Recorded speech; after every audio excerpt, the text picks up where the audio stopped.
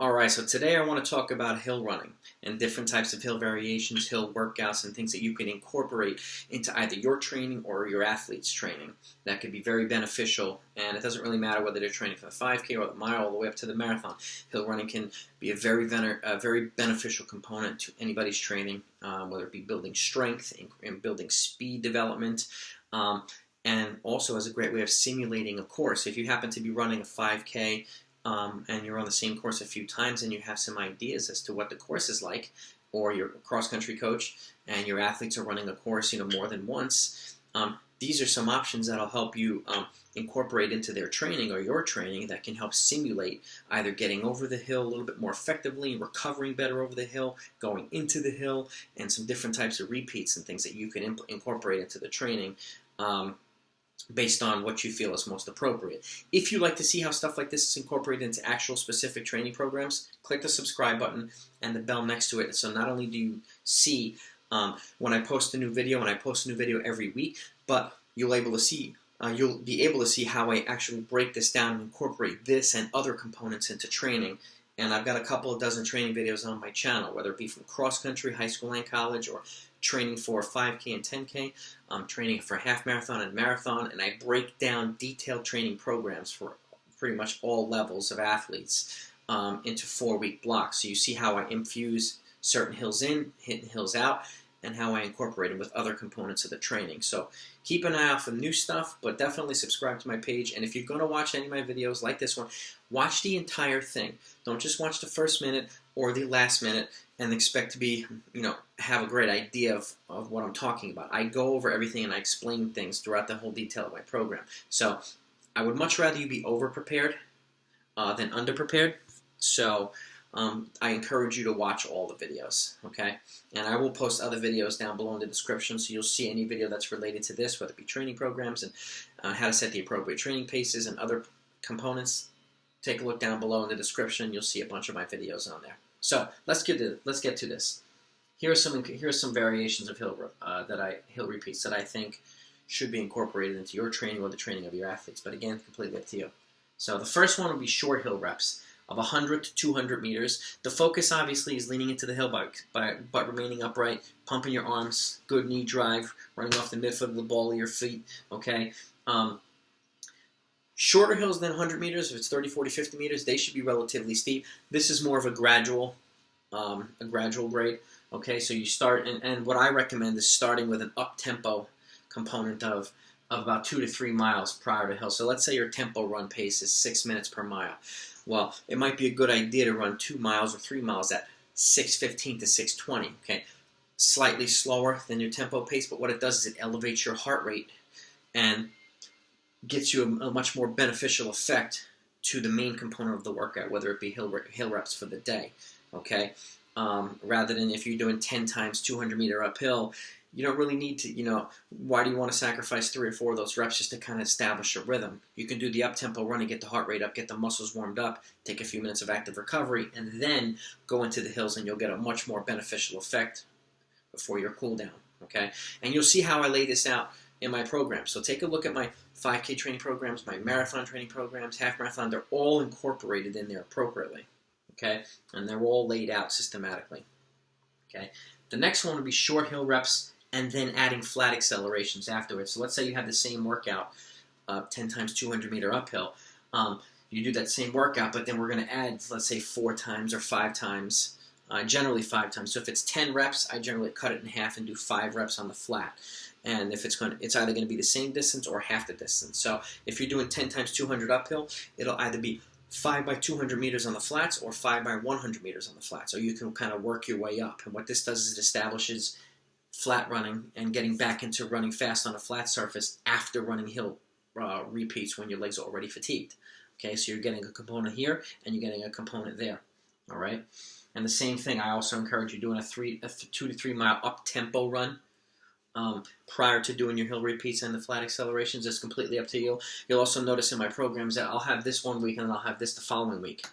And then I'll change the distance and go back to something just uphills and then add flat running to a new distance the following week after that. It's like a 4-week cycle, okay? Periodization. It's all periodization, all right? So let's go to the next one now. Long hill reps, like I was just mentioning, 300 to 400 meters. In some cases, there are longer ones, 600, 800s, thousands. It really depends on what you're doing. But 300 to 400 meters of a consistent incline is a good distance. Obviously, it won't be as fast as 100 to 200, but you're also focusing on the same good rhythm, good stride pattern, and developing strength and working to increase your aerobic capacity. And again, here, now with the longer hill reps, I recommend a tempo rep of about 800 meters to a mile. Okay, so if your tempo pace is 6 minutes per mile, you run an 800 in 3 minutes, or 1,000 in 3:45, or 1,200 in 4:30, or a mile in 6 minutes. It really depends on what level your athletes are at. And you'll also see how I lay that out in training programs as well. So the longer the hill reps, the shorter the component prior to it, and it's going to be at a tempo pace. The shorter the hill reps, the longer the tempo component, but it's going to be at a little bit slower than tempo pace. So that's where I kind of mix things around a little bit. All right, you take about a 4 to 5 minute active recovery after the tempo component, just to get some fluids and let your body settle in with your heart rate still up, which is good. And then you go right into your hill repeats. It's a jog easy down recovery, whether it be the short or long hill repeats, but that's the sequence behind it. Okay, and the same thing here. We're adding flat accelerations after the long hill reps. So let's say you have 8 by 400 meters, right, on the uphill.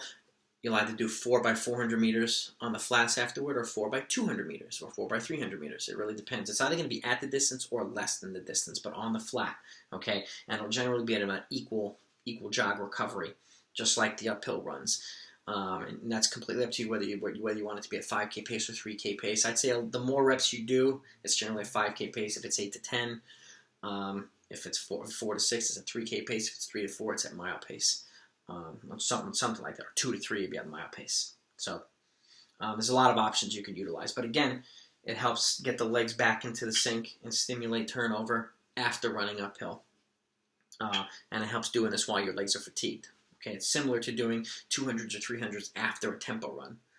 It simulates turning over when you're fatigued. All right.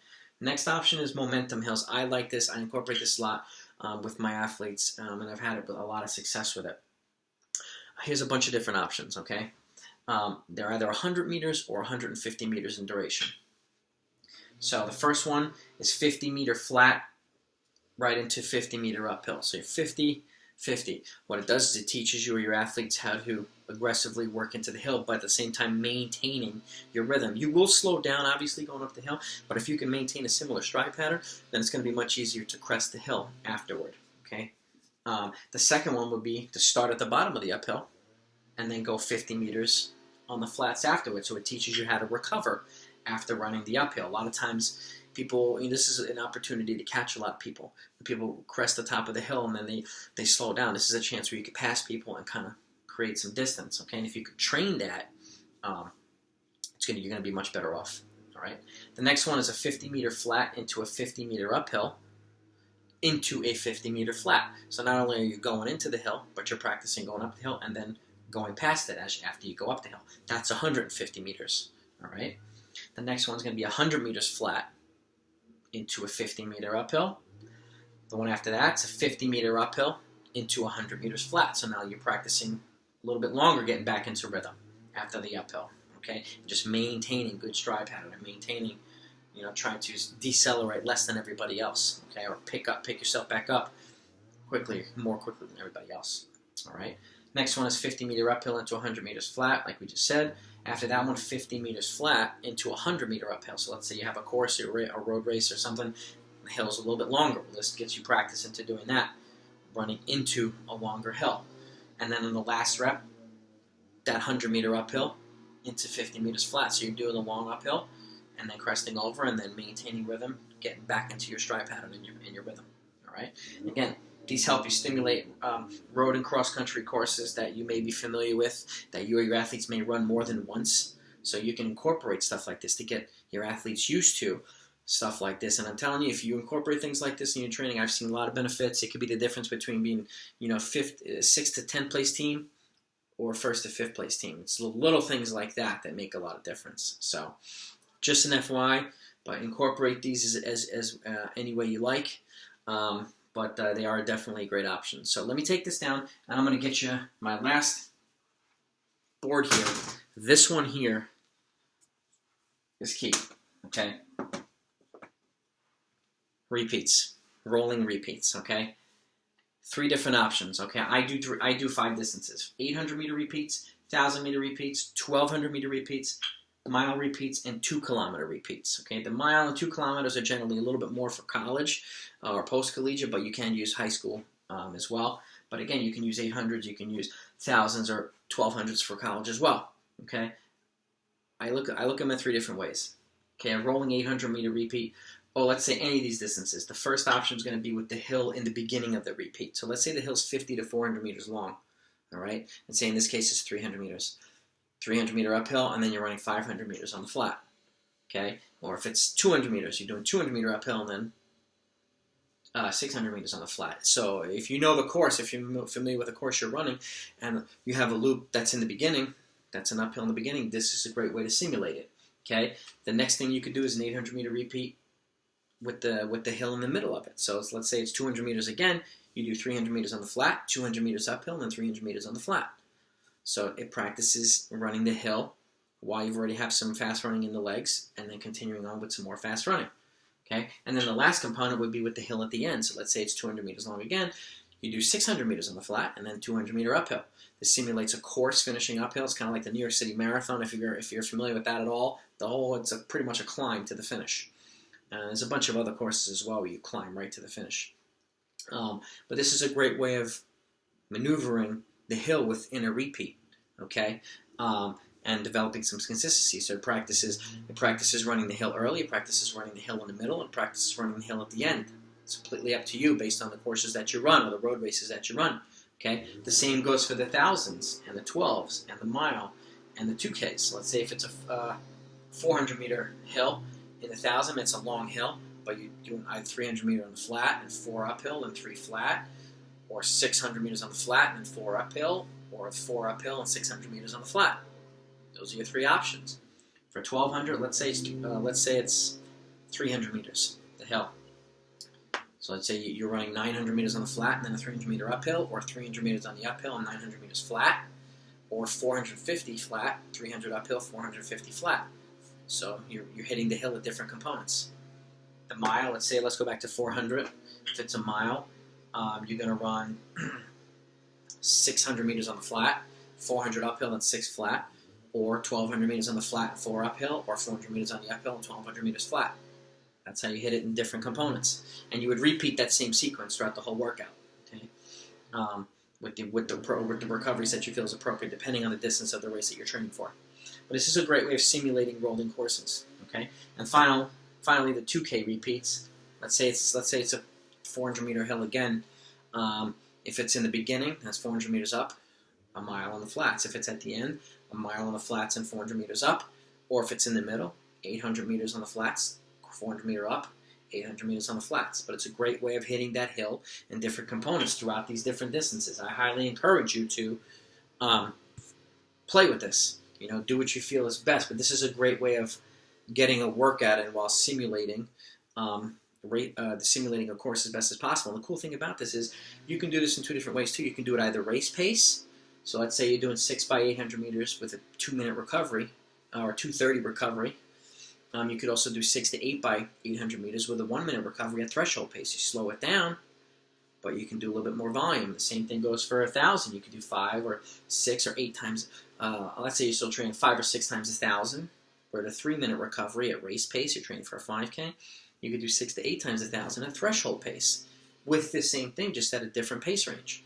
Okay, and if you do want to know the appropriate pace ranges to train at, if you need a little assistance on that, look down below. I have a video that talks about how to set the appropriate training paces, and I also have a 1-mile time trial video that determines your actual current fitness and positions you into how do you set your training paces based on what you just ran for a mile, and it'll tell you what your abilities are for longer races and shorter races. If you're going to do a 1-mile time trial, I encourage you to do it with 6 to 8 weeks of running prior to that, because it's a more accurate indicator of your real fitness. But you'll watch the videos and you'll get a lot of detail into both of those. So, mile and repeats. This is college. Let's say you're doing 5 to 6 times a mile, okay, with a 3-minute recovery at your goal race pace, or your current race pace to goal race pace. However, depending on when in the season you're doing it, you could also do 6 to 7 to 8 times a mile with a 90-second recovery at threshold pace, which is slower, but you can do more volume. Okay, it's a non-invasive way of getting in volume while enjoying the same aerobic benefit. Okay, same goes for 2 kilometers, same goes for 1200s. Okay, if you want the threshold, look at my threshold video. It goes over threshold, the recoveries that you should be doing, and the paces you should be running based on where you're at as well. They're all broken down. I have everything broken down into the specifics, the pace ranges, everything you could possibly need. Okay, so I hope these two videos are. I hope these two clipboards are helpful. I hope you got some good information here. Feel free to use these things as a template and incorporate them into your training. And if you have other insights or other feedback, please drop a comment down below. You know, I like to have dialogue, and I learn from you guys as much as you learn from me. Okay, I respond to all my comments. I love doing this stuff, and I want to serve you guys. Okay, whether you're a coach, new coach, or an experienced coach, you may find something here useful, or an athlete. I just want to serve you guys and help you, put you in a position to do better. Okay, on a regular basis, and while at the same time staying healthy. All right. Please click the subscribe button if you like videos like this and you want to have access to my other videos, and just click the bell next to it afterward so that you know anytime I post a new video. And I post a new video every single week. So I hope you enjoyed this. Have a great season and a great year, and I'll talk to you next time.